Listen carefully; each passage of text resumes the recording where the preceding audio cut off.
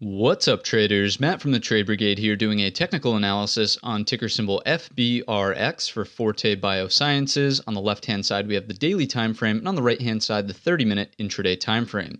This will be more of an update. We talked about this one recently due to the large gap down that we saw on some discontinuation of whatever clinical drug that they're working on. Regardless, I just wanted to do an update here and uncover, what happened on the day's session after the gap down, and you can clearly see it was a continued grind lower into the end of the day. So the outlook really isn't looking that great here.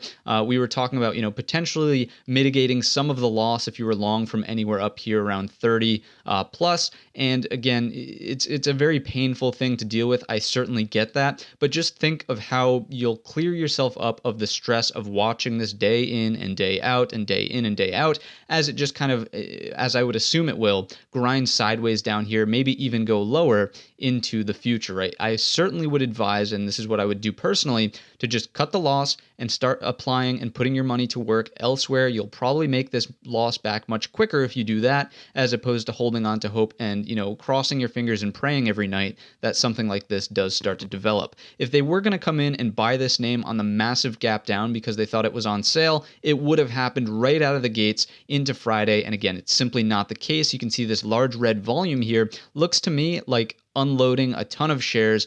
Some of the large institutions that maybe had a more positional trade on, it just looks like bailing, right? So to me, not something I would still be interested in holding. We did talk about, cutting the ties essentially underneath the overnight low, which is at $3.37. I would say, get out while you can. If you can still salvage the $2 or so, I'd rather save the $2 here than just wait and, go through the pain of watching this eventually come down and take out 337. So those are my thoughts. Again, I certainly sympathize and understand this is a painful situation to be in. If you are in this situation, it's not a place where I would speculate long here just due to the severity of the catalyst and the discontinuation of the drug. So all things considered, probably an avoid here on FBRX, and I'm sorry to all of those who essentially were long from anywhere up in here. It's just, one of those things that's the risk of trading essentially. So all things considered, my sympathies go out to anyone who's lost here.